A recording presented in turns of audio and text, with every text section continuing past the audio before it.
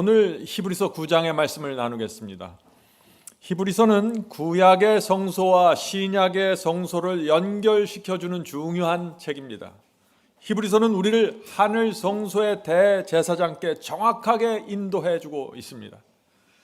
이 점에 있어서 히브리서는 성경의 다른 어떤 책들과 전혀 다른 차원의 책이 되는 것입니다.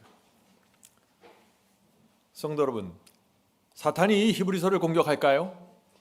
그렇습니다. 제가 여러분께 질문을 드립니다. 사탄이 하늘 성소와 하늘 대제사장의 진리를 가만히 내버려 둘까요? 사탄이 언제 어떻게 하늘 성소 기별을 공격했을까요? 제가 과거로 물었죠. 이미 공격을 했다는 것입니다. 사탄은 중세기 암흑기부터 지금까지 끊임없이 하늘 성소의 진리를 짓밟고 있습니다. 그 말씀이 다니엘서에 나옵니다. 다니엘서는 중세기 적그리스도 세력이, 여러분들 다 배우셨죠? 이 작은 뿔 세력이 하늘 성소를 짓밟는 장면을 분명하게 보여주고 있습니다. 다니엘서 8장 11절과 12절입니다. 다니엘서 8장 11절 12절. 또 스스로 높아져서 군대 주제를 대적하며, 스스로 높아져서 하늘에 계신 군대의 주제를 대적하는 이 장면이 나옵니다. 작은 뿔의 모습이죠. 그에게 매일 드리는 제사를 제하여 버리고 그의 성소를 헐었으며, 그리스도의 성소를 헐은 장면이 나오는 것입니다. 분명합니다. 적그리스도 세력은 하늘 성소를 짓밟았습니다. 적그리스도는 이 땅에 있는 세력이고 성소는 하늘에 있는데 어떻게 이 땅의 그 적그리스도 세력이 하늘 성소를 짓밟았을까요? 짓밟는 방법은 하나밖에 없죠.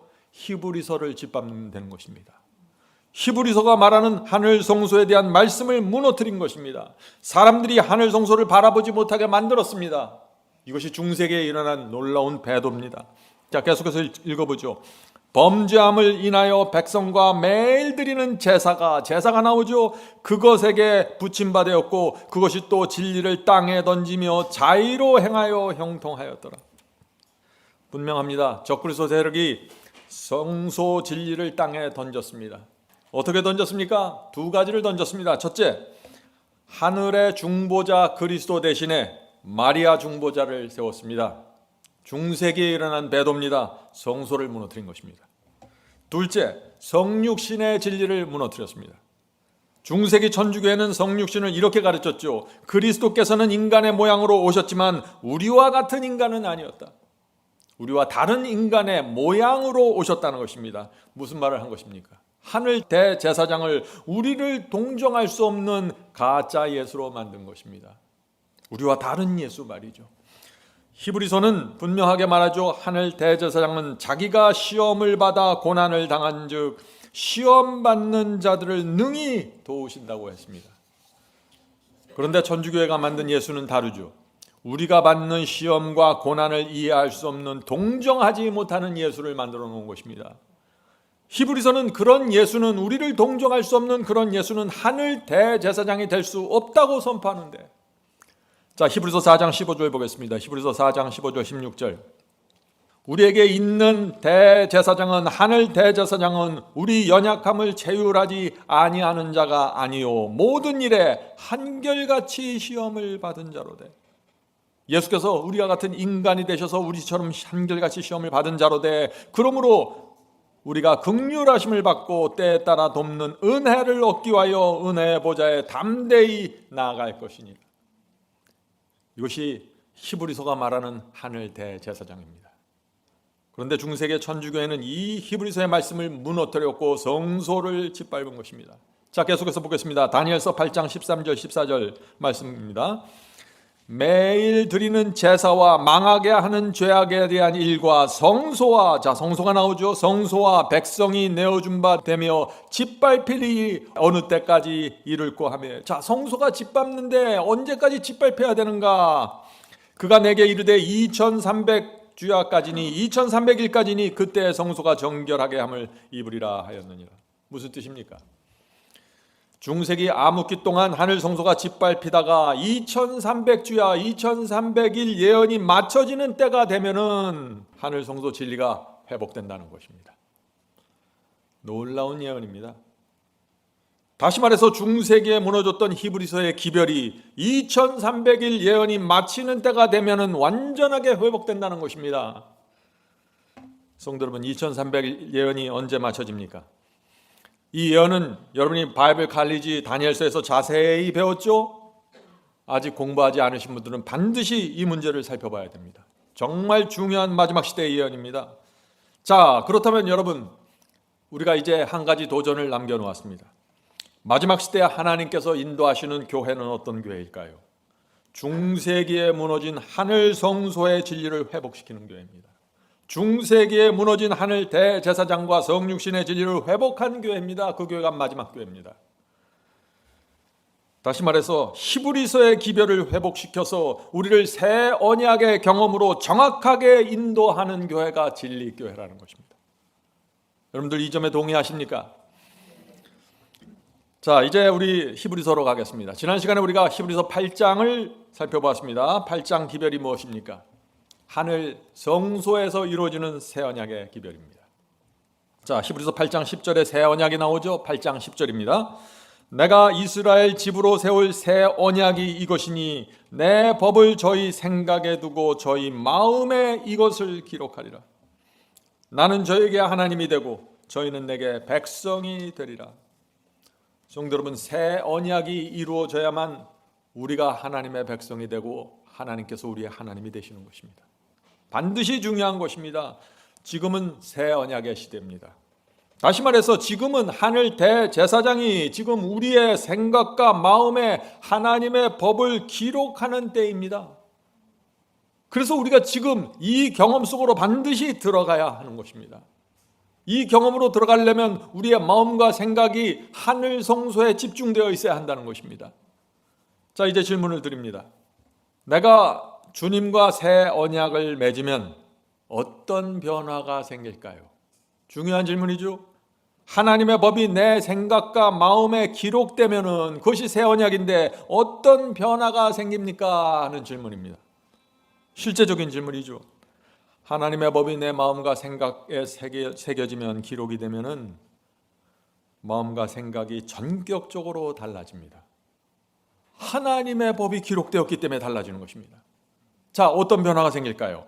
로마서 12장은 이렇게 대답합니다. 로마서 12장 1절 2절. 너희 몸을 하나님이 기뻐하시는 거룩한 산 제사로 드리라. 우리 생각과 마음에 하나님의 법이 기록되면 우리의 몸을 거룩한 산 제사로 드리게 된다고요. 생애를 주님께 바치게 됩니다. 우리가 먹거나 마시거나 말하거나 무엇을 하든지 하나님의 영광을 위해서 살게 되는 것입니다. 그것을 위해서 고민하게 되는 것입니다. 자, 계속해서 읽어보죠. 이는 너희의 드릴 영적 예배니라. 너희는 이 세대를 본받지 말고, 너희는 이 세상을 본받지 말라는 것입니다. 생각과 마음에 하나님의 법이 기록이 되면은 세상을 본받지 않게 된다는 것입니다. 전에는 세상을 따라가고 싶었는데 그것이 재미가 있었는데 이제는 세상 흉내내는 게 좋지 않습니다. 재미가 없습니다. 새 언약에 들어간 것입니다.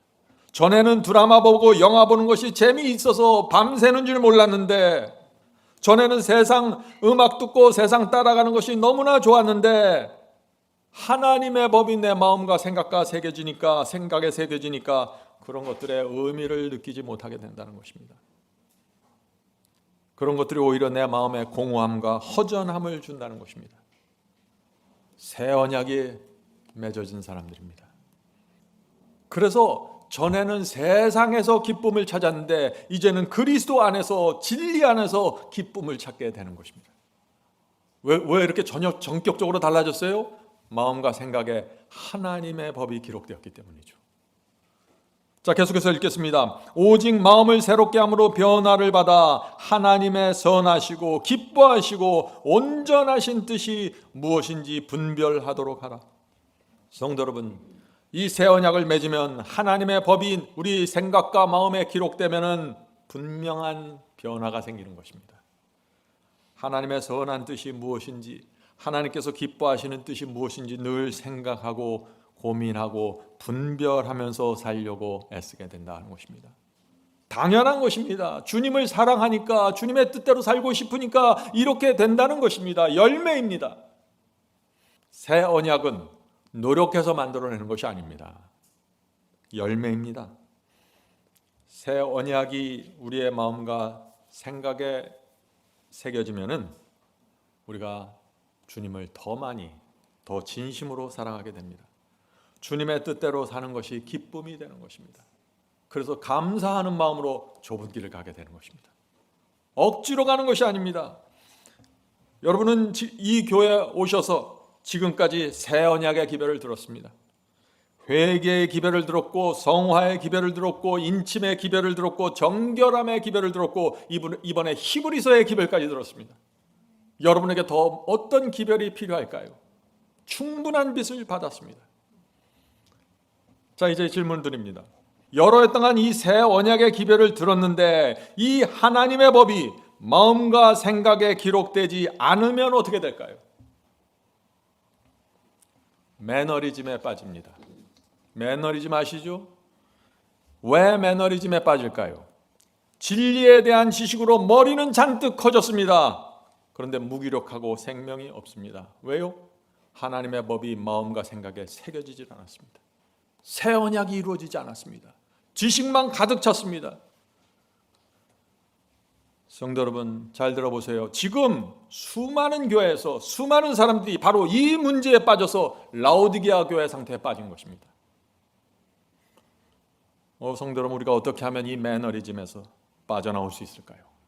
어떻게 하면 이 뜨뜻 미지근한 상태, 지식은 잔뜩 있는데 이 뜨뜻 미지근한 상태, 생명이 없는 상태에서 빠져나올 수 있을까요? 어떻게 하면 우리가 주님께 죽도록 충성할 수 있을까요? 감사와 기쁨으로 말이죠. 이 질문에 대한 대답이 히브리서 9장의 기별입니다. 오늘 우리가 좀 확인할 것입니다. 히브리서 9장은 그리스도의 피가 우리 양심을 씻어 전격적으로 변화시키는 길을 보여줍니다. 히브리서 기장이 기대가 되십니까? 네, 우리는 오늘 놀라운 빛을 보게 될 것입니다. 자, 바울은 히브리서 9장 전반부에서 모세가 지은 성소를 먼저 설명합니다. 자, 지상 성소를 설명합니다. 히브리서 9장 1절부터 3절 읽겠습니다. 첫 언약에도, 자, 첫 언약은 옛 언약을 말하죠. 첫 언약, 옛 언약에도 섬기는 예법과 세상에 속한 성소가 있더라.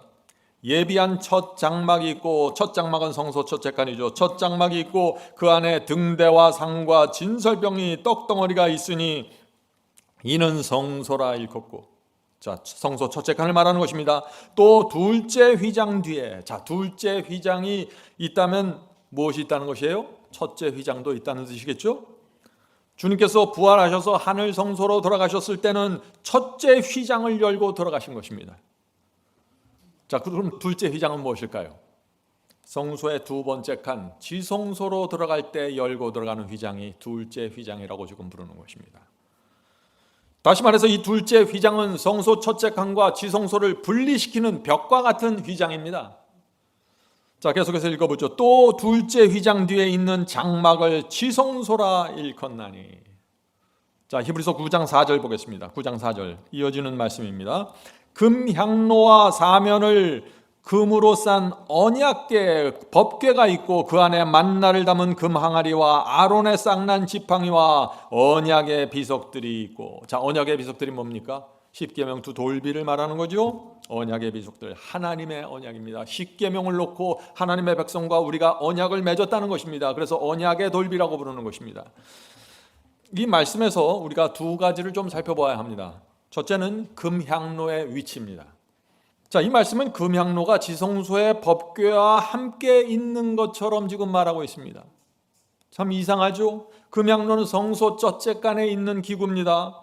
그 7 금촛대와 떡상과 금향로는 성소 첫째 칸에 있는 세 가지 기구입니다. 그런데 바울은 여기서 금향로가 마치 지성소의 법궤와 함께 있는 것처럼 지금 말하고 있는 것입니다.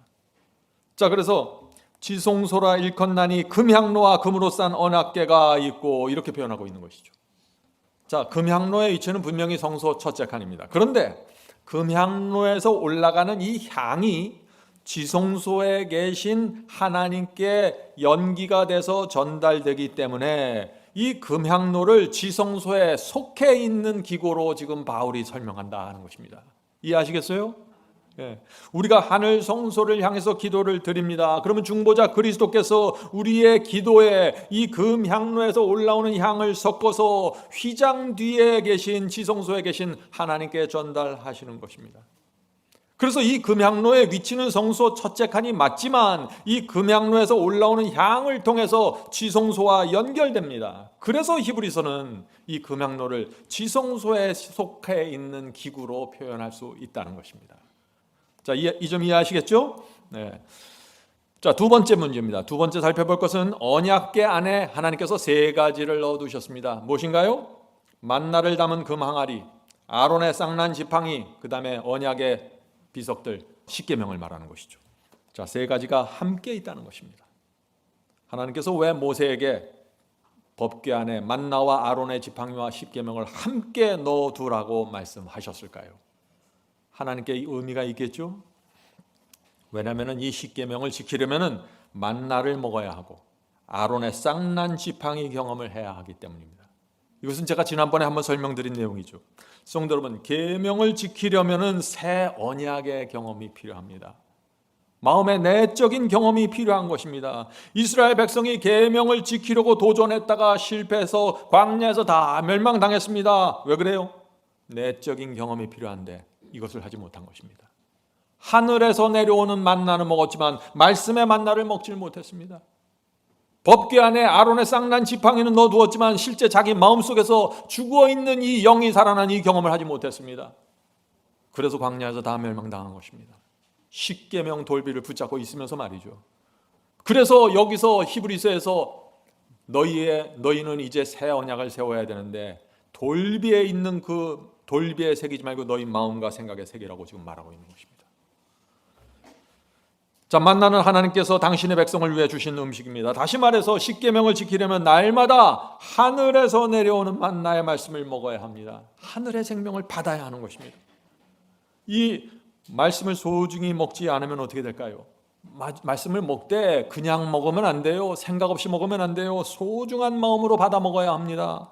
소중한 마음으로 먹지 않으면 어떻게 돼요? 육이 살아나고 영이 죽습니다. 광야에서 하늘에서 귀한 만나가 내렸습니다. 아침마다 내렸습니다. 그런데 이스라엘 백성들 가운데 많은 사람들이 그 만나를 아무 생각 없이 소중하지 않고 감사하지 않은 마음으로 먹었습니다. 그래서 불순종한 것입니다. 성도 여러분, 영이 죽은 상태에서 말씀과 계명에 순종하려고 애쓰면 어떻게 될까요? 자꾸 실패하고 넘어지죠. 마음이 공허합니다. 기쁨으로 순종할 수 없습니다. 옛 언약의 상태입니다. 열심히 봉사하고 헌신해도 그 결과는 항상 어떻게 해요? 다툼이고 이스마엘입니다. 나만 높이고 끝납니다. 그게 옛 언약입니다. 마음은 계명을 지키고 싶은데 자꾸 육에 끌려갑니다. 그것이 무엇일까요? 옛날 유대인들이 빠져있던 고민이었습니다. 그런 사람들은 출구를 찾지 못하고 슬프고 외로운 생애를 살게 됩니다. 성도 여러분, 잊지 마세요. 말씀의 만나를 먹어야 합니다. 그래서 우리가 아침 방송을 하는 것입니다. 아침마다 여러분들 하늘의 만나를 먹어야 됩니다. 소중한 마음으로 받아야 됩니다. 그래야만 계명을 지킬 수 있는 것입니다. 자, 하나님께서 아론의 쌍난 지팡이를 십계명과 함께 두라고 하셨죠? 왜 그렇게 하셨을까요? 아론의 쌍난 지팡이는 생명이 없는 마른 막대기입니다. 죽은 지 오래된 막대기입니다. 그런데 거기서 새싹이 나왔다는 것입니다. 기적입니다. 성도 여러분, 우리 마음에도 기적이 생겨야 됩니다. 이것은 우리 스스로 만들어낼 수 있는 것이 아니에요. 우리 스스로 어떤 경건과 의로움을 조작해낼 수 있는 것이 아닙니다. 죽어서 말라빠진 양심에 하나님의 기적으로 성령으로 생명의 싹이 나와야 하는 것입니다. 그래야만 계명을 지킬 수 있습니다. 아무나 지킬 수 있는 것이 아니에요. 왜냐하면 계명은 죽은 물자가 아닙니다. 이 계명 속에서는 하나님의 성품이 담겨져 있는 것입니다. 히브리서 9장 4절 5절 보겠습니다. 히브리서 9장 4절 5절. 금향로와 사면을 금으로 싼 언약궤가 있고 그 안에 만나를 담은 금항아리와 아론의 쌍난 지팡이와 언약의 비석들이 있고, 자, 이 의미를 아시겠죠? 그 위라는 건 법궤 위라는 말이죠. 법궤 위에 속죄소를 덮는 영광의 그룹들이 있으니, 자, 이 속죄소는 시은자란 뜻입니다. 하나님의 은혜가 베풀어지는 것입니다. 이 법궤 위에 시은 좌가 있어서 거기서 하나님의 쉐키나 영광이 나오는 것입니다.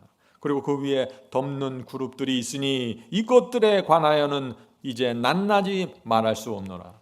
자, 이 바울은 성소와 지성소의 기구에 대해서 말하다가 이것들에 대해서는 낱낱이 말하지 않겠다라고 하면서 말씀을 끝마칩니다. 무슨 뜻인가요? 왜 낱낱이 말하지 않겠다고 했을까요? 두 가지 이유입니다. 첫째는 이 히브리서는 유대인들을 위하여서 기록한 책이라고 그랬죠? 유대인들은 성소 기구와 구조에 대해서 너무나 잘 아는 사람들입니다. 맨날 들락날락거렸어요. 자세히 설명할 필요가 없습니다. 둘째 이유는 히브리서의 주제는 성소의 기구와 구조를 설명하는 것이 아닙니다.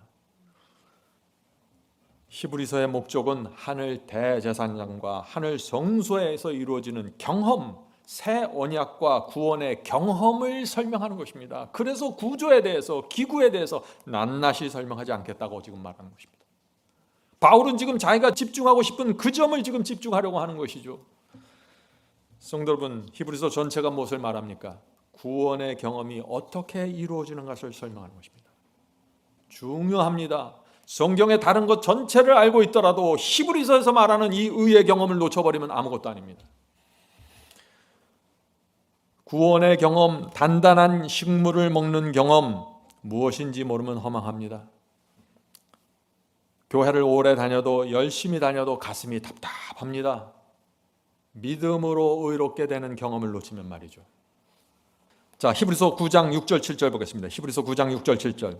이 모든 것을 이같이 예비하였으니 제사장들이 항상 첫 장막에 성소 첫째간에 들어가 섬기는 예를 행하고 오직 둘째 장막은 지성소죠. 둘째 장막 지성소는 대제사장이 홀로 1년 1차씩 들어가되 1년에 한 번씩 들어가되 피 없이는 아니하나니 이 피는 자기와 백성의 허물을 위하여 드리는 것이라. 지금 바울은 지상성소에서 이루어지는 일들을 설명합니다. 왜요?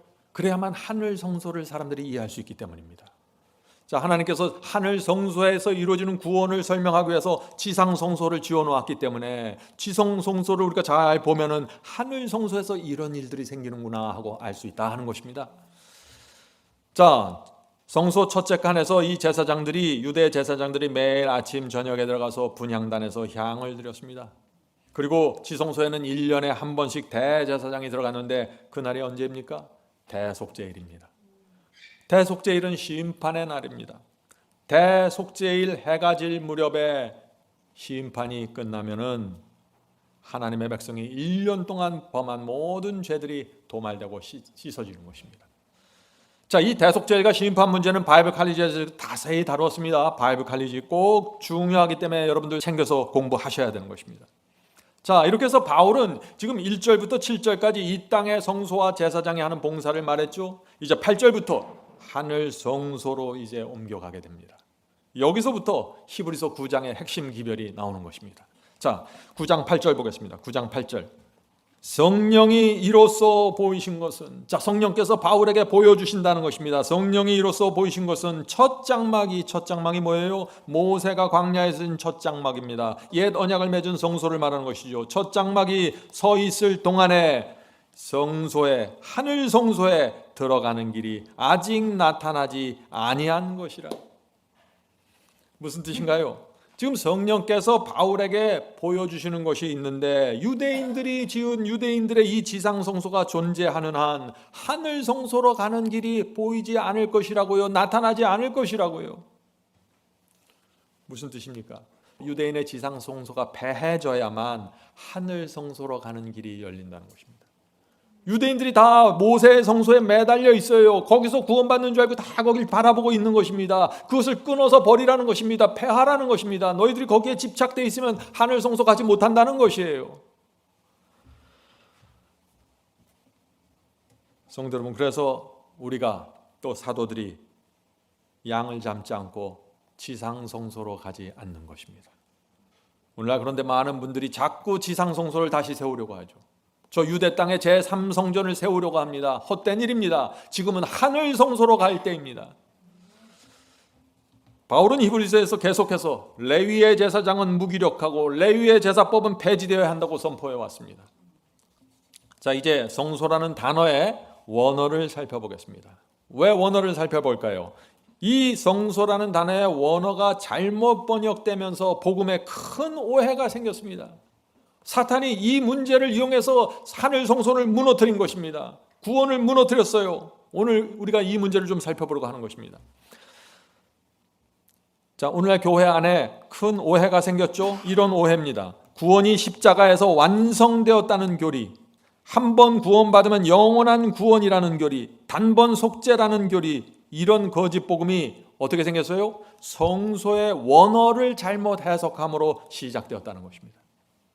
자, 이번 기회에 이 문제를 정확하게 여러분들 좀 정리해 두시길 바랍니다. 자, 성소라고 번역된 이 헬라어는 히브리서에만 8번 반복돼서 나옵니다. 자, 히브리서 8장 2절에 나오고 9장 2절, 9장 8절, 9장 12절, 9장 24절, 9장 25절, 9장에 여러 번 나오죠. 그 다음에 10장 29절, 13장 11절에 나옵니다. 이 8개의 성경절 번역에서 두 가지 문제가 생깁니다. 단어는 하나예요. 이 8개의 단어는 한 종류예요.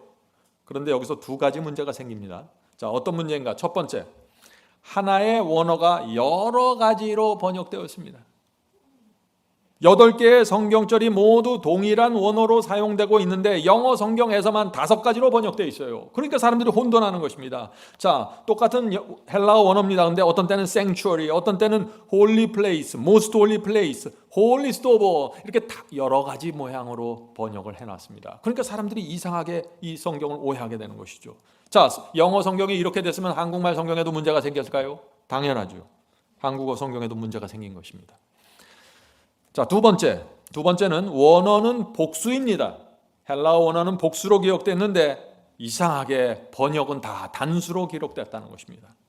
무슨 뜻인가요? 이 성소의 헬라어 원어를 바울이 복수로 기록한 이유가 무엇입니까? 이것은 성소의 첫째 칸과 지성소 이 둘을 함께 지칭하기 위해서 복수로 기록한 것입니다. 그러나 이 영어 성경과 한글 성경에서는 단수로 번역했다는 것입니다. 어떤 때는 성소 첫째 칸으로, 어떤 때는 지성소로 이렇게 번역되어 있습니다. 복수가 단수로 번역되어 있다는 것입니다. 그래서 문제가 생긴 것입니다. 자, 어떤 혼돈이 생겼을까요? 많은 사람들이 예수께서 하늘로 승천했을 때 하늘 성소 첫째 칸으로 들어가신 것이 아니라 지성소로 들어갔다고 생각하는 것입니다. 왜요? 성경이 그렇게 번역되어 있는 것처럼 보이기 때문입니다. 자, 예를 들어보죠. 우리가 방금 히브리서 9장 8절을 살펴봤죠. 9장 8절의 개역 성경에는 성소가 올바로 번역되어 있는데 다른 번역본에는 이것이 지성소로 번역되어 있습니다. 성소인데 지성소로 번역됐어요. 자, 히브리서 9장 8절입니다. 이것이 쉬운 성경, 현대인 성경, 심지어 킹 제임스까지도 잘못 번역되어 있는 것입니다. 자, 히브리서 9장 8절 보겠습니다. 성령이 이로써 보이시는 것은 첫 장막이, 모세의 첫 장막이 서 있을 동안에 지성소로 들어가는 길이 아직 나타나지 아니한 것이라. 자, 앞에서는 성소라고 번역했는데 여기서는 지성소라고 번역됐죠. 자, 이렇게 지성소로 해석하면 어떻게 될까요? 십자가에서 모세의 성소가 배지되고 예수께서 곧바로 하늘 어디로 가요? 지성소로 들어갔다고 생각하게 되는 것이죠. 이렇게 되면 어떤 문제가 생깁니까? 엄청난 문제가 생깁니다. 기독교 전체가 이 문제 때문에 큰 혼돈에 빠졌습니다. 예수께서 성소 첫째 칸이 아니라 금촛대와 분향단과 떡상에 있는 그 첫째 칸이 아니라 둘째 칸, 법궤가 있는 그 둘째 칸으로 돌아가셨다고 오해하게 되므로 어떻게 됐어요? 성소 첫째 칸이 사라져 버렸습니다.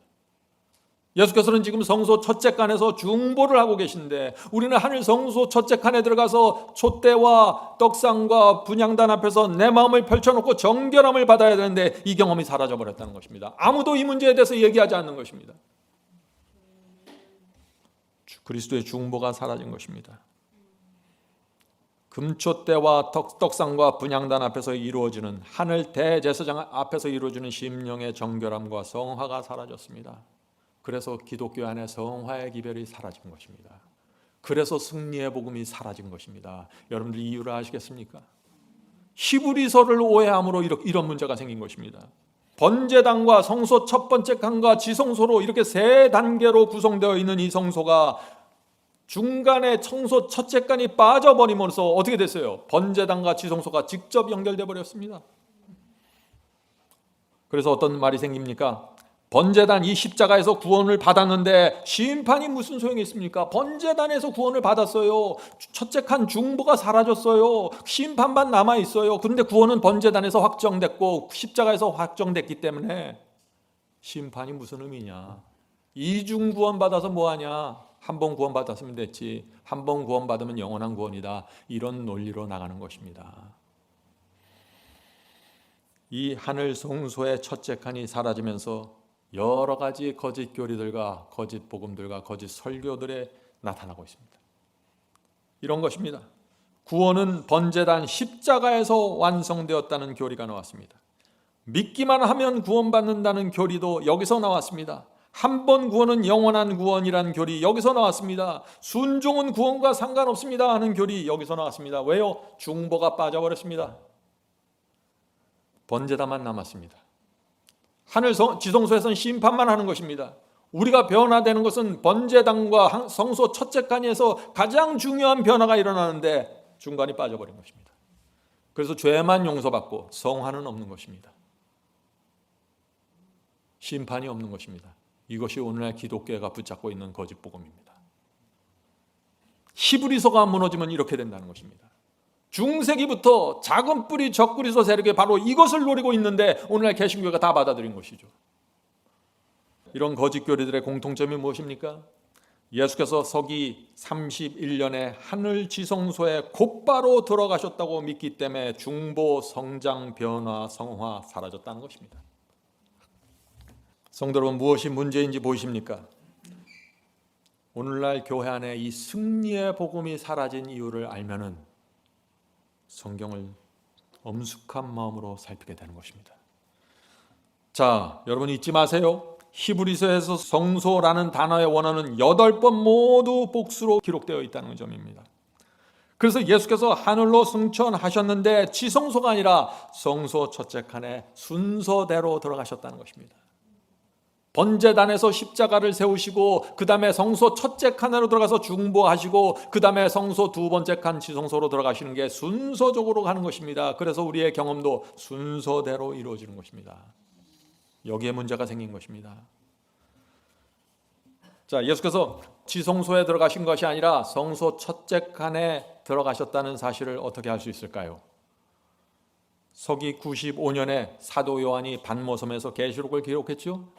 그 서기 95년에 사도 요한은 예수께서 성소 첫째 칸에 계신 것을 계시를 통해서 확인했습니다. 그 말씀이 있죠. 요한계시록 1장 12절 13절입니다. 요한계시록 1장 12절 13절.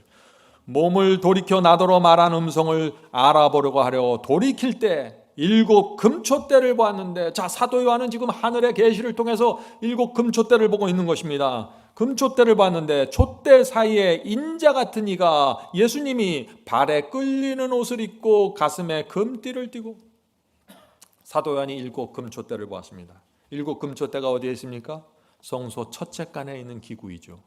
자, 그래서 성소 첫째 칸에서 예수께서 대제사장 옷을 입으시고 7 금초대 사이를 다니시면서 봉사하시는 모습입니다.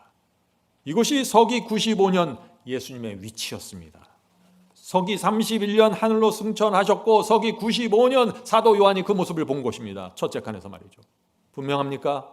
분명합니다. 뒤성소로 들어가신 것이 아닙니다. 자, 히브리서 9장 9절입니다. 히브리서 9장 9절. 성령이 이로써 보이신 것은 첫 장막이, 자, 유대인의 장막이 서 있을 동안에는 하늘 성소, 여기서 하늘 성소라는 것은 두 성소, 첫째 칸과 지성소 전체를 의미한다고 했죠. 복수라고 했습니다. 하늘 성소에 들어가는 길이 아직 나타나지 아니한 것이라. 이 장막은, 유대인의 장막은 현재까지의 비유니, 구약시대 유대인의 성소는 하늘 성소의 비유이고 표상이라는 것입니다. 원형은 하늘 성소고 이 땅에 있는 것은 비유고 표상이라는 것이죠. 자, 이에 의지하여 드리는 예물과 제사가 섬기는 자로 그 양심상으로 온전케 완전하게 할 수 없나니. 무슨 뜻인가요? 구약시대 성소에서 드렸던 예물과 제사로는 사람의 양심을 정결하게 완전하게 할 수 없다는 것이죠. 오해하지 마세요. 이 말씀을. 하나님께서 주신 제사제도 자체가 문제가 있다는 것이 아닙니다. 이것은 양을 잡아서 피를 흘리고 죽이는 사람의 양심에 문제가 있다는 것입니다. 아무런 감동 없이, 아무런 죄송함 없이, 아무런 감사 없이 그냥 양을 죽였다는 것입니다. 양을 죽이는 이 행위를 통해서 내가 구원을 받는다고 착각한 것이라는 것이죠. 그래서 양심이 완전케 되지 못했다고요. 옛 언약에 속한 문제입니다. 양을 수없이 잡고 피를 흘렸지만 하나님께서 기대하시는 그 마음의 변화, 그 거듭남이, 그 회개가 이루어지지 않은 것입니다. 성도 여러분, 이것은 지금도 마찬가지 아닌가요? 십자가의 피를 통해서 하나님께서 기대하시는 것이 있습니다. 그것이 무엇인가요? 양심이 온전케 되는 것입니다. 십자가를 믿는데 양심이 온전케 되지 않으면 그것은 구원이 아닙니다. 어떤 사람은 십자가를 붙잡고 눈물을 흘리고 대성통곡합니다. 그런데 그 사람의 양심에서 이상한 소리가 나옵니다. 분별을 하질 못해요. 성도 여러분, 성경은 하나님 앞에서 완전을 요구합니다. 여러분들 그 사실 아세요? 하나님은 완전을 요구하세요. 그래서 우리의 양심을 변화시킬 때도 완전케 변화시키는 것입니다. 우리를 용서하실 때도 완전하게 용서하시는 것이에요. 완전한 용서입니다. 완전한 속죄. 오늘날 기독교회가 이 완전에 대한 진리를 놓쳐서 온갖 이상한 복음들이 밀려 들어오고 있는 것입니다. 자, 양심이 완전하다. 좀 끔찍하게 들리죠? 그런 양심이 있어? 하는 생각이 들죠? 양심이 완전하다는 게 뭐예요? 양심이 올바른 음성을 낸다는 것입니다. 하나님의 뜻은 동쪽인데 내 양심은 서쪽을 말하면 잘못된 양심이라는 것이에요. 유혹이 오고 죄를 범하려고 할 때 이 양심이 그렇게 하지 말라고 소리쳐야 된다는 것입니다. 이 양심이 브레이크를 걸어줘야 됩니다. 그것이 십자가의 피로 온전케 된 양심입니다. 죄를 범했는데 이 양심이 나를 합리화하고 나를 정당화하면 그것은 어떤 양심이에요? 성경은 그것을 악한 양심이라고 말하는 것입니다. 그런 양심을 갖고 있으면 회개할 수 없습니다. 잘못을 고백할 수도 없어요. 성도 여러분, 하나님께서 우리에게 완전을 요구하십니다. 완전은 단단한 식물입니다. 여러분들 집중해서 잘 들으셔야 돼요. 대충 믿고 대충 순종하는 것은 하나님의 뜻이 아니에요. 성경 어디에도 그런 의의 경험은 없습니다. 신명기 18장 13절 보겠습니다. 신명기 18장 13절. 너는 네 하나님 여호와 앞에서 완전하라. 얼마나 분명합니까? 그러나 얼마나 두렵습니까? 사람들이 완전하면 두려움을 가졌습니다. 그런데 이 완전의 진리가 무엇인지 정말 알고 나면 이 안에 깊은 은혜를 보게 되는 것입니다. 자, 신명기는 구약 성경이죠. 자, 구약 성경만 완전을 요구할까요? 아닙니다. 신약도 마찬가지입니다. 마태복음 5장 48절입니다. 마태복음 5장 48절. 그러므로 하늘에 계신 너희 아버지의 완전하신 같이 너희도 완전하라. 예수님도 우리에게 완전을 요구하셨습니다. 자, 그런데 이 말씀을 잘 보세요. 하늘에 계신 너희 하나님 완전하신 같이 너희도 완전하라. 무슨 뜻이에요? 하나님께서 하나님의 영역에서 완전하신 것처럼 우리는 우리의 영역에서 완전하라는 것입니다. 하나님의 신의 경지처럼 완전하라는 것이 아니에요. 무슨 말인지 알겠죠? 여러분의 영역이 어디입니까? 여러분의 영역과 제 영역은 다릅니다. 저는 제게 주신 빛과 제게 주신 성령의 음성 안에서 굴복하는 것이고, 여러분은 여러분이 받은 빛과 여러분이 받는 성령의 음성에 굴복하는 것입니다. 각자마다 그래서 하나님께서 보시는 완전히 다를 수 있다는 것입니다. 그래서 우리는 서로 정죄하지 말아야 되는 것입니다. 완전에 대한 말씀을 나누면 예민해지는 분들이 있는데, 완전이 무엇인지를 알면은요, 하나님께 감사하게 됩니다. 성도 여러분, 그리스도인의 완전이 있습니다. 크리스천 퍼펙션입니다. 이 그리스도인 완전에 대한 진리를 받으면은요, 우리 신앙이 놀라운 방향으로 성장하게 됩니다. 잘 들어보세요, 오늘 말씀을. 이 완전을 이해하면은 내가 어떻게 살아야 할지, 내가 대화할 때 어떻게 해야 할지, 내가 성령의 음성을 어떻게 받아야 할지, 내 신앙의 표준이 무엇인지 정확하게 나타나게 됩니다. 내 의의 방향이 정확해지는 것입니다. 오해하지 마세요. 완전은 완벽이 아닙니다. 다시 말씀드립니다. 제가 성경의 완전은 낱말 사전에 나오는 완전이 아니에요. 성경의 완전은 주님과 동행하는 것입니다. 성경의 완전은 어린 양이 인도하는 대로 따라가는 것입니다. 성경의 완전은 성령께 굴복하라는 것입니다. 그래서 성령께 굴복한 사람은 의도적으로 알면서 죄를 짓지 않게 됩니다. 그것이 완전입니다. 비록 실수가 있고 부족함이 있을 수 있습니다. 그러나 의도와 동기와 목적이 순결하면 완전입니다. 왜요? 하나님께서 우리의 마음의 중심을 보시기 때문이죠. 그래서 우리가 이 완전에 대해서 두려움을 가질 필요가 없는 것입니다. 성경의 완전은 두 단어로 표시됩니다. willingly, knowingly입니다. 영어로. 알면서 의도적으로 하나님을 대적하지 않는 것입니다. 실수로 하는 것이 아니라 알면서 의도적으로 하나님을 대적하지 않는 사람 완전입니다. 하나님과 동행하는 것입니다. 성도 여러분, 너무나 당연한 경험 아닌가요? 우리가 주님을 정말 사랑하고 주님을 믿는데 어떻게 willingly, knowingly 알면서 의도적으로 하나님을 대적하고 성령을 대적할 수 있습니까? 그럴 수 없는 것입니다. 거듭났다면 말이죠. 성도 여러분, 죄가 무엇입니까? 죄도 마찬가지입니다. willingly, knowingly입니다. 하나님의 말씀과 성령을 알면서 의도적으로 무시하고 대적하는 것이 죄입니다. 아기가 엄마 뺨을 때리고 꼬집었어요. 1살짜리 아기가 배고프다고. 죄입니까? 아닙니까? 왜 아니에요? willingly, knowingly가 없다는 것입니다. 의도와 동기와 목적이 하나님을 대적하는 것이 아니에요. 의도와 동기와 목적이 엄마가 미워서 그렇게 꼬집은 게 아니에요. 모르고 한 것입니다. 자, 치매에 걸린 어머니가 며느리에게 욕을 했어요. 죄입니까? 안 죄입니까? 아니죠. 왜 아닙니까? 자기가 뭘 하는지 모르는 것입니다. willingly, knowingly가 아니라는 것입니다. 성도 여러분, 완전히 무엇입니까? 하나님의 큰 사랑이 내 마음을 쳐서 무너뜨린 사람입니다. 그것이 완전입니다. 하나님, 이제 저는 더 이상 이렇게 살 수 없습니다. 더 이상 그리스도의 은혜를 욕되게 할 수 없습니다. 이런 사람이 완전입니다. 그래서 바울은 교인들을 완전한 자로 세우기 원한다고 선포한 것입니다. 자, 골로새서 4장 12절입니다. 골로새서 4장 12절. 저가 항상 너희를 위하여 애써 기도하며 너희로 하나님의 모든 뜻 가운데서 완전하고 확신 있게 서기를 구하나니. 분명하죠? 성도 여러분, 오늘 바울이 이 교회에 와서 우리 이 교회에 오셔서 설교한다면 저와 여러분에게 무엇을 요구할까요? 너희로 하나님의 모든 뜻 가운데서 완전하게 확신 있게 서기를 구한다고 설교할 것입니다. 이 말씀은 무엇이에요?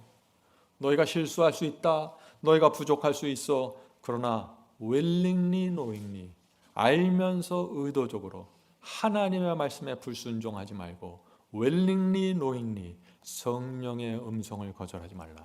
이 얘기를 하는 거예요. 당연하지 않아요? 자, 히브리서는요, 완전에 대한 기별로 가득 차 있는 것입니다. 자, 히브리서 7장 11절 보겠습니다. 히브리서 11장 11절.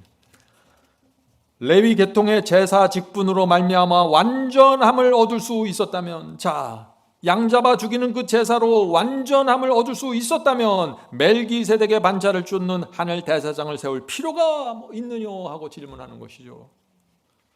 주님께서 하늘 대제사장이 되신 이유가 뭐예요? 우리에게 완전함을 주기 위해서라고요. 히브리서 7장 25절 보겠습니다. 히브리서 7장 25절. 그러므로 자기를 힘입어 하나님께 나아가는 자들은 완전히 구원하실 수 있으니 이는 그가 항상 살아계셔서 그들을 위하여 간구하심이라. 분명하죠? 주님께서 우리를 완전히 구원하실 수 있습니다. 반은 세상 죄에 걸쳐 놓은 채 반만 구원하는 것이 아니에요. 완전히 구해내신다는 것입니다. 세상에서 구해내신다는 것이에요. 한 손에서는 죄를 잡고 다른 손에서는 성경을 붙잡는 이런 상태로 구원하지 않는다는 것입니다. 죄를 다 내려놓고 하나님의 의로 끌어들인다는 것이에요.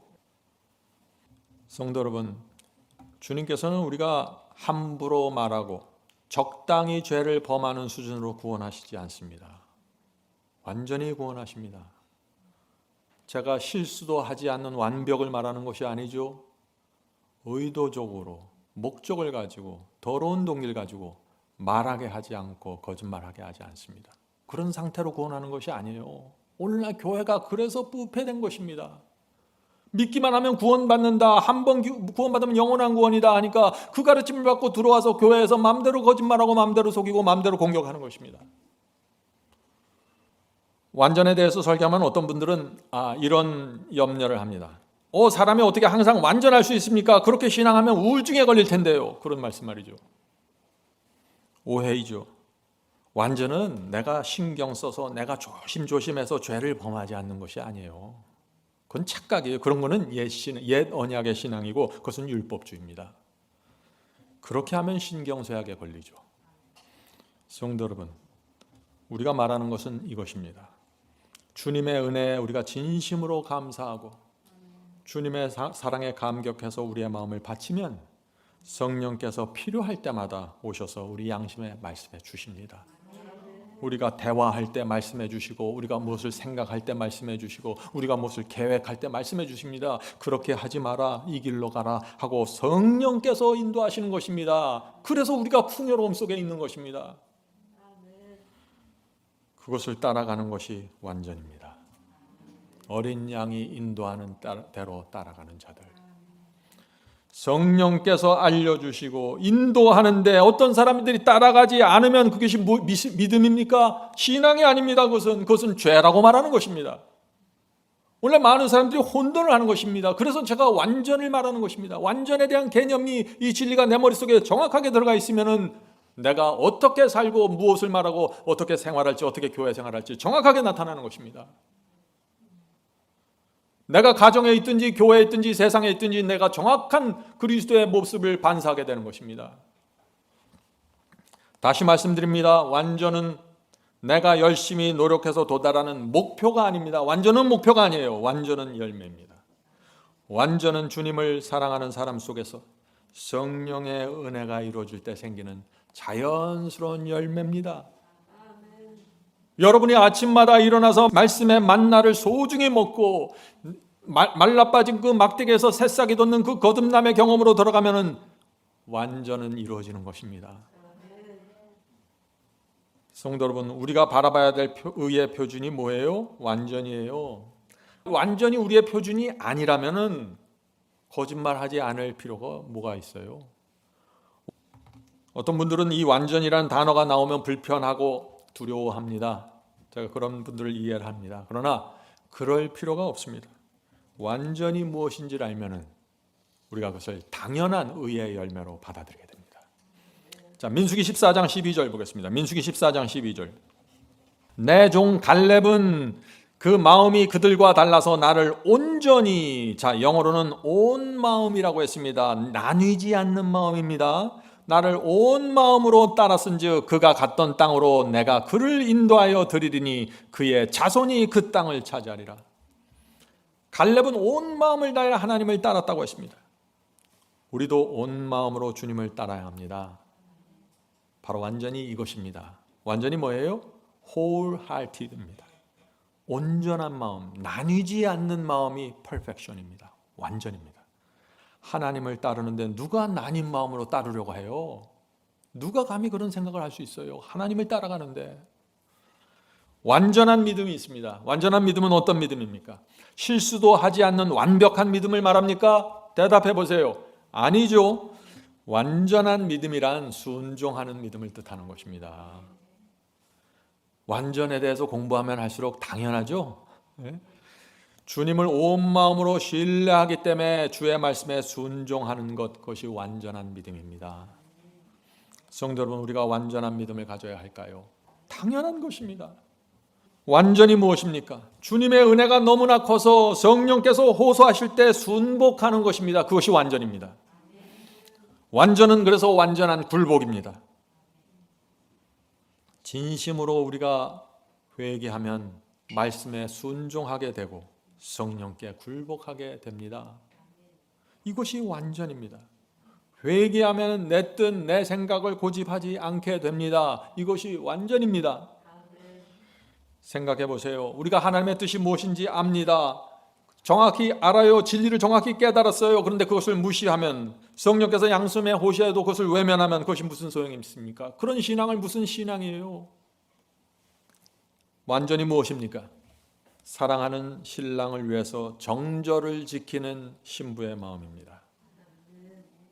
완전히 무엇이에요? 신부의 마음입니다. 여러분은 신랑 그리스도를 위해서 정절을 지키겠습니까? 다른 데 쳐다보지 않고 주님만 사랑하시겠습니까? 그것이 완전입니다. 주님께서는 너희가 나를 사랑하면 계명을 지키리라고 하셨죠. 완전을 말하는 것입니다. 신부의 마음입니다. 자, 베드로후서 3장 14절 보겠습니다. 베드로후서 3장 14절. 성경은 완전을 말하고 있는 것입니다. 베드로후서 3장 14절. 그러므로 사랑하는 자들아 너희가 이것을 바라보나니 주 앞에서 점도 없고 흠도 없이 평강 가운데서 나타나기를 힘쓰라. 완전을 말하고 있죠. 성도 여러분, 어떤 사람들이 주 앞에서 점도 없고 흠도 없게 될까요? 하늘 성소에 나가는 그리스도인들입니다. 성소 안에 들어가서 주 앞에 마음을 펼쳐놓는 성도들, 그들이 어떻게 죄를 고집할 수 있습니까?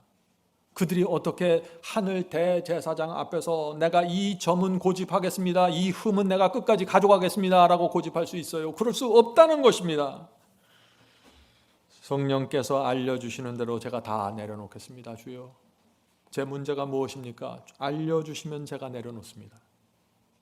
이것이 완전한 굴복입니다. 이런 굴복으로 들어갈 때 하나님의 안식으로 들어가는 것입니다. 영혼의 평강입니다.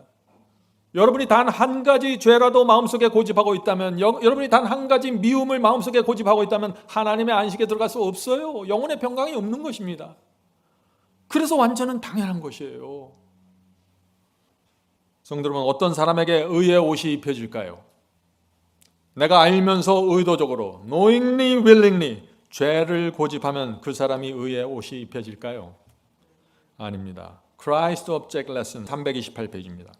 그리스도의 의, 칭의는 알고서 품고 있는 단 하나의 죄라도 가리워주지 않는다. 오늘날 이 말씀이 선포되면 사람들이 기절을 하죠. 어떻게 그럴 수 있냐고요. 왜 그럴 수 없어요? 단 하나의 마음의 죄를 품고 있으면 무엇이에요? 다른 건 다 좋아요. 나눠주고 섬기고 다 좋아요. 그런데 단 하나 마음에 간음하는 정신을 품고 있어요. 단 하나의 죄입니다. 그 사람에게 의의 옷이 입혀질 수 있어요? 없어요? 없다는 것이에요. 그것을 말하는 것이에요. 성령께서 미움을 버리라고 호소하는데 그 미움을 끝까지 고집하고 마음에 품고 있으면 의의 옷이 벗겨진다는 것입니다. 벌거벗겨진다는 것이에요. 성도 여러분, 우리의 마음이 진심으로 거듭나면은 어떤 미움과 죄를 알면서 계획적으로 knowingly, willingly 고집할 수 없다는 것입니다. 이것이 성경의 진리입니다. 자, 바울은 그래서 골로새서 교인들에게 완전한 자로 세우길 원한다고 선포한 것입니다. 자, 그 말씀 보죠. 골로새서 1장 28절입니다. 골로새서 1장 28절. 우리가 그를 전파하여 각 사람을 권하고 모든 지혜로 각 사람을 가르침은 각 사람을 그리스도 안에서 완전한 자로 세우려 함이니. 바울의 마음이 느껴지십니까? 바울이 골로새서 교회에 설교하는 것입니다.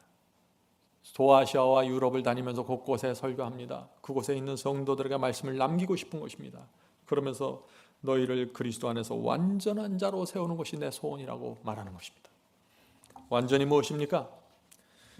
예수께서는 말씀하셨습니다. 마태복음 22장 37, 38절. 마태복음 22장 37, 38절.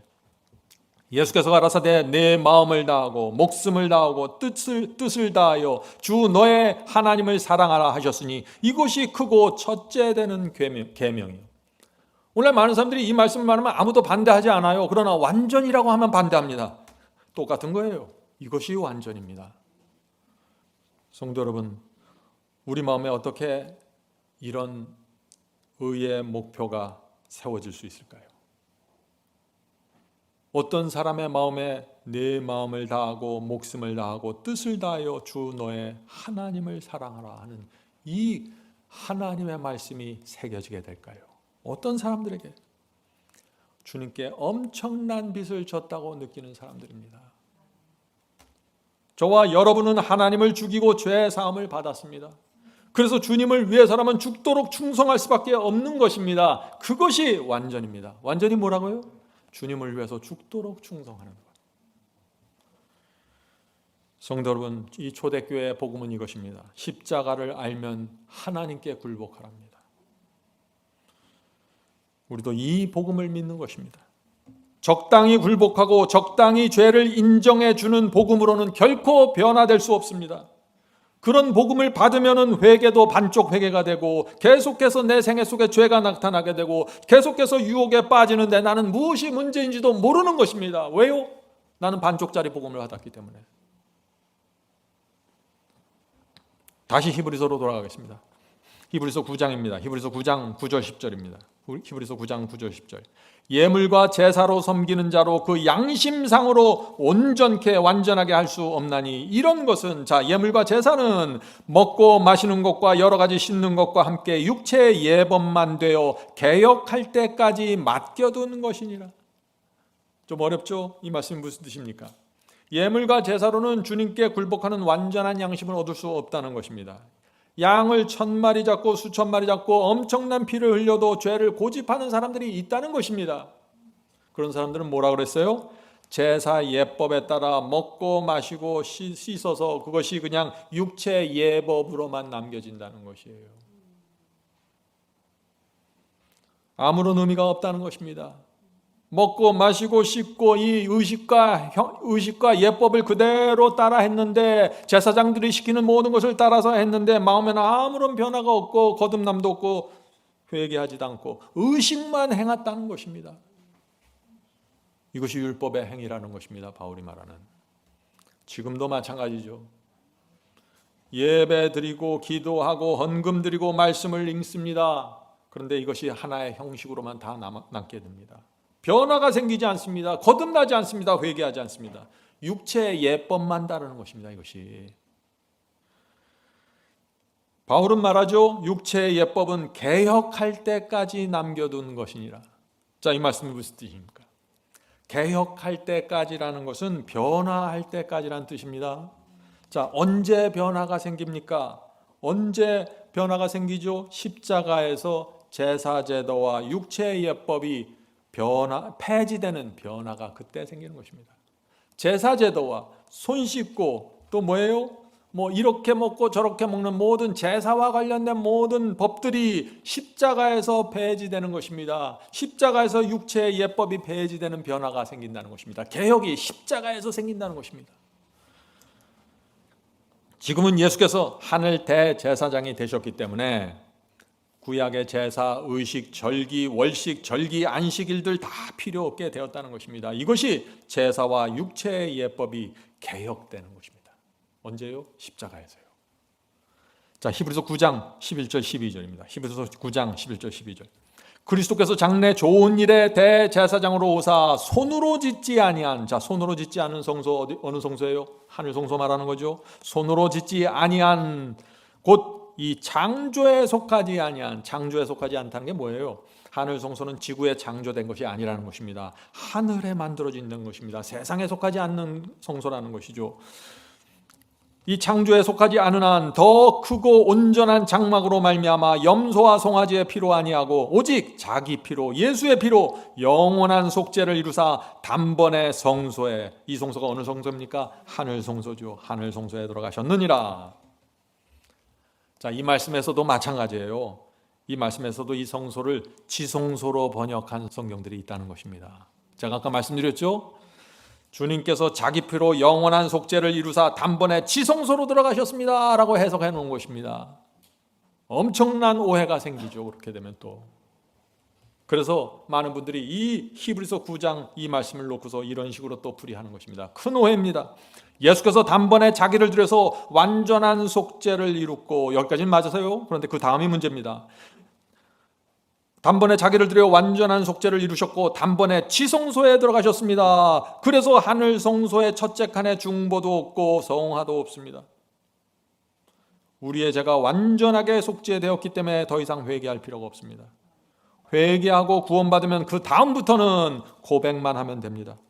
죄를 범할 때마다 주님께 나가 죄를 용서해 달라고 기도하는 것은 믿음이 없는 것입니다. 왜 믿음이 없다고 표현해요? 완전한 속죄가 이루어졌는데 뭘 죄를 범할 때마다 자꾸 나가서 회개하고 기도하냐? 그건 믿음이 없는 것이다. 이렇게 나가는 것이에요. 계속해서 보겠습니다. 단번에 이루어진 영원한 속죄를 믿지 않는 것이다. 불신이라는 것이죠. 한 번 십자가의 피로 용서받고 구원받았으면 그 구원은 결코 잃어버릴 수 없습니다. 성도 여러분, 얼마나 무서운 교리입니까? 오늘 세계 전체에서, 한국만 있는 것이 아니에요. 미국도 이 복음이 쫙 깔려 있습니다.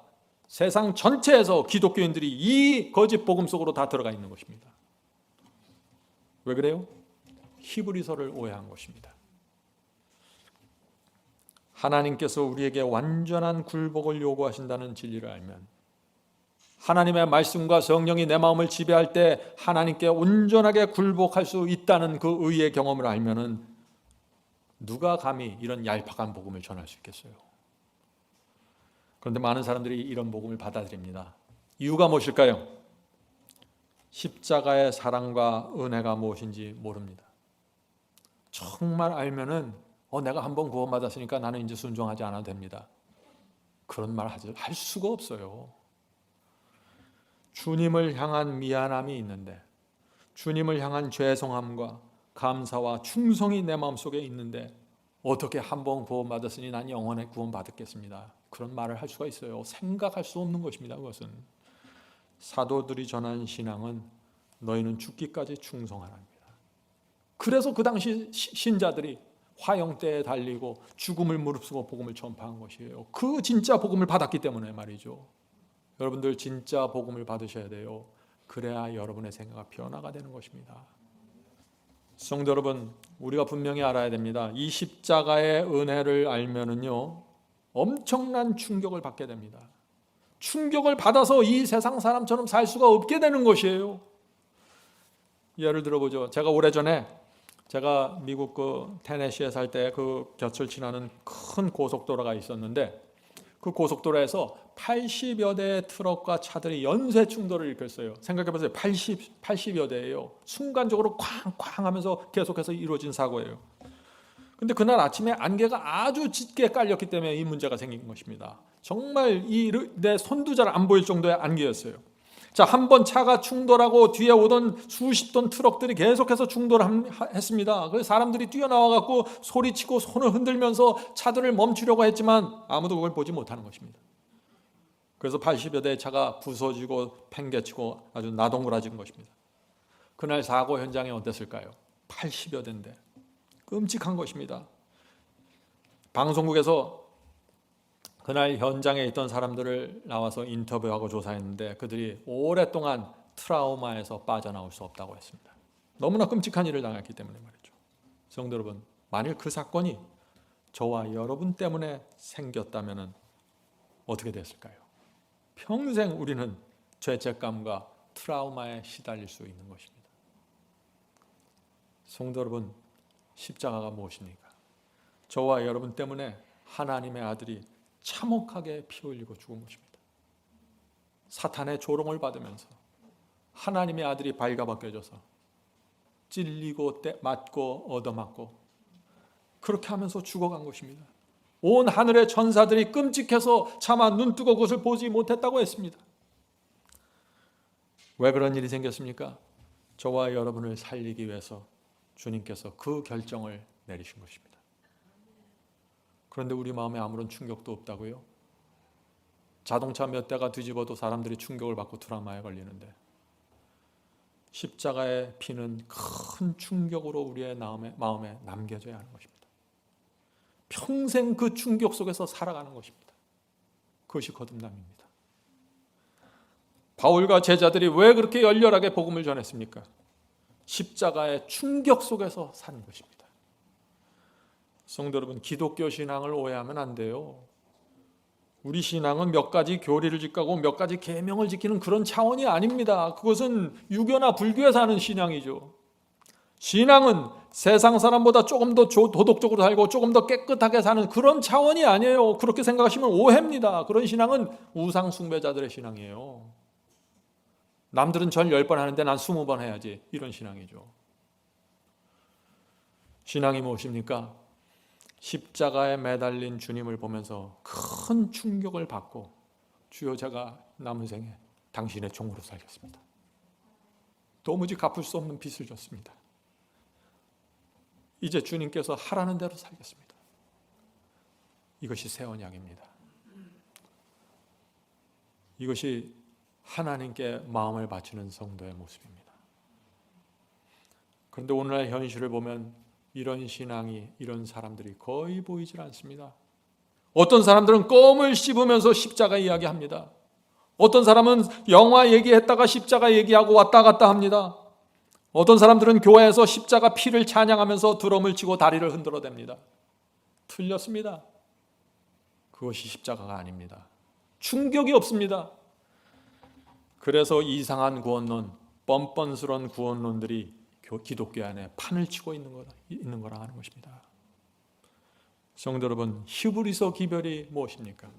히브리서 9장은 무엇을 말하고 있습니까? 구약시대 번제단에서 올린 짐승의 피는 사람의 양심을 구원하지 못하지만 그리스도의 피는 사람들의 양심에 충격을 주어서 죄에서 완전히 빠져나올 수 있도록 한다는 기별을 지금 전하고 있는 것입니다. 하나님과 대적하는 죄, 범할 수 없는 사람으로 만들어 간다는 것입니다. 성도 여러분, 십자가에서 그리스도께서 완전한 속죄 제물로 바쳐졌습니다. 주님의 편에서는 완전한 공로와 완전한 대속을 이루신 것입니다. 그것은 진리입니다. 그러나 우리 편에서는 죄를 범할 때마다 십자가의 피를 붙잡고 용서를 구하고 회개해야 되는 것입니다. 한 번 회개하고 한 번 구했다고 끝나는 것이 아닙니다. 그건 뻔뻔스러운 것이죠. 성령께서 내 양심에 호소하실 때마다 굴복하셔야 됩니다. 그것이 신앙입니다. 성도 여러분, 2000년 전에 십자가에서 아무리 보혈이 많이 쏟아졌어도 내가 그 피를 붙잡고 회개하지 않고 내가 죄를 버리지 않으면 그 피가 나에게 무슨 소용이 있습니까? 그 피는 가져다 쓰는 사람들이 소유가 되는 것입니다. 히브리서 9장 13절 14절입니다. 히브리서 9장 13절 14절. 염소와 황소의 피와 암송아지의 재로 부정한 자에게 뿌려 그 육체를 정결케 하여 거룩케 하거든. 동물의 피와 재를 부정한 자에게 뿌리면은요 정결케 된다고 했습니다. 그런데 무엇이 정결케 돼요? 무엇이? 마음이 정결케 돼요? 아니죠. 육체를 정결케 하고 거룩하게 한다는 것입니다. 겉만 거룩하게 한다는 것입니다. 겉만. 다시 말해서 동물의 피는 마음과 양심을 정결케 하지 못한다는 것이죠. 계속해서 읽겠습니다. 하물며 영원하신 성령으로 말미암아 흠없는 자기를 하나님께 드린 그리스도의 피가 어찌 너희 양심으로 죽은 행실에서 깨끗하게 하고 살아계신 하나님을 섬기게 못하겠느냐. 이것이 바울의 절규이고 외침입니다. 구약시대 그 옛 언약에서 빠져나와서 이제 그리스도의 피 앞에 나가서 너의 양심 속에 쏟아부으라는 얘기예요. 하나님께서 번제단에서 그분의 피를 다 준비해 놓았다는 것입니다. 누구든지 그걸 가져와야 돼요. 믿음으로 가져와서 쏟아부어야 되는 것입니다. 성도 여러분, 이 그리스도의 피는 과거에 범한 죄만 용서해 주는 거 아니에요. 죄만 용서해 주는 것이 아니에요. 현재 내 양심에 변화를 줍니다. 현재도 변화가 일어나는 것입니다. 그리스도의 피는 용서만 해주는 것이 아닙니다. 십자가의 피를 양심에 부으면 죽었던 양심이 살아나기 때문이죠.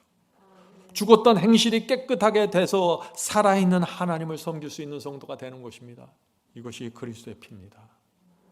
그래서 이 그리스도의 피는 과거를 완전케 용서하시고 현재 성령께 완전하게 굴복하게 만든다는 것입니다. 양심이 씻김 받아서 이런 역사가 일어나는 것입니다. 자, 아프리카의 부족에 어떤 청년이 있었습니다. 그 청년은 어느 날 복음을 받고 자신의 생애를 주님께 바쳤습니다.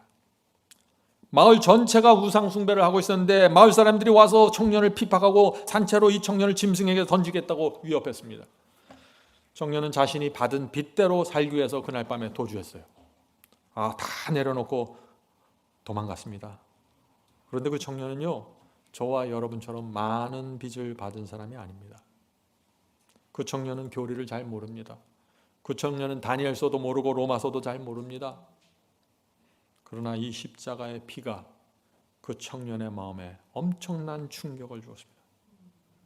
그래서 하나님께서 기뻐하시는 신앙을 받게 된 것입니다.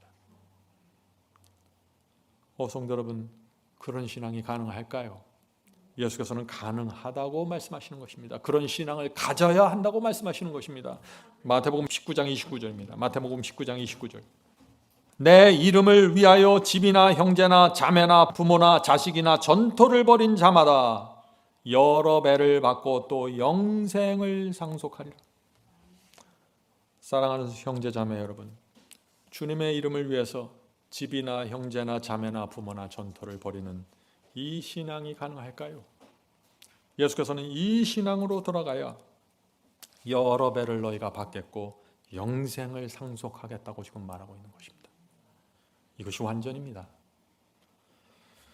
바울은 그리스도의 피가 어찌 너희 양심으로 죽은 행실에서 깨끗하게 하고 살아계신 하나님을 섬기게 못하겠느냐. 성도들은 우리가 이 바울의 이 말씀을 어떻게 우리에게 적용해야 될까요? 대화할 때, 전화할 때, 계획할 때 성령께서 그렇게 하지 말라고 말씀해 주시면 멈추어야 합니다. 대화를 바꿔야 합니다. 그것이 바울이 말하는 이 신앙입니다. 이것이 되지 않는다면 여러분의 생애 속에 변화는 결코 일어나지 않을 것입니다.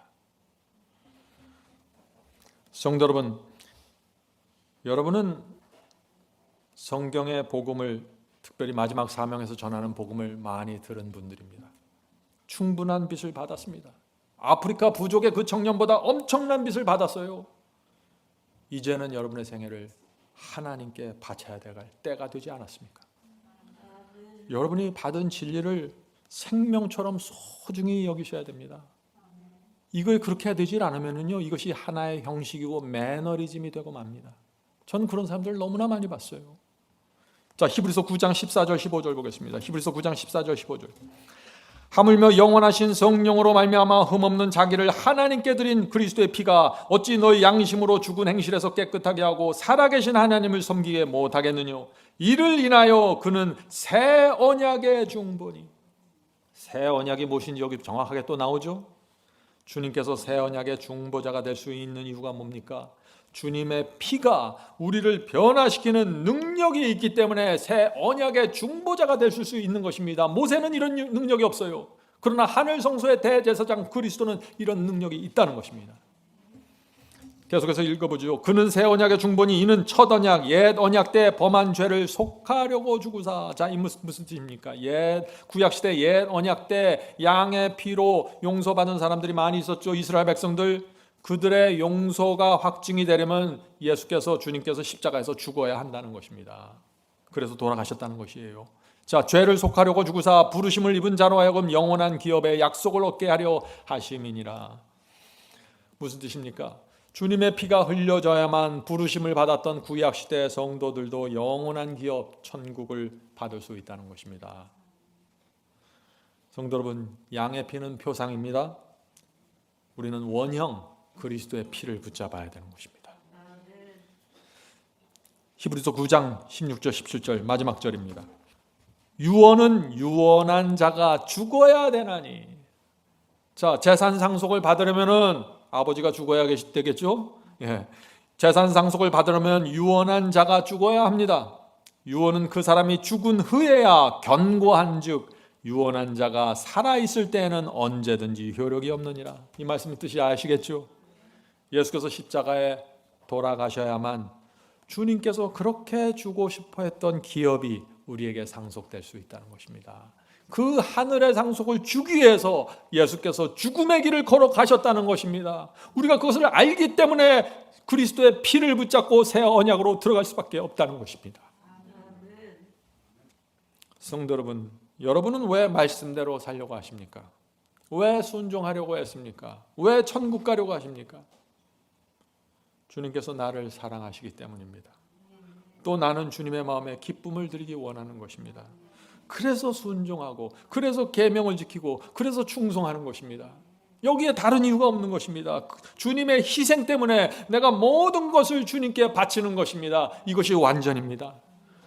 성령께서 우리에게 이 충성과 경건의 비밀을 보여주시길 간절히 바랍니다.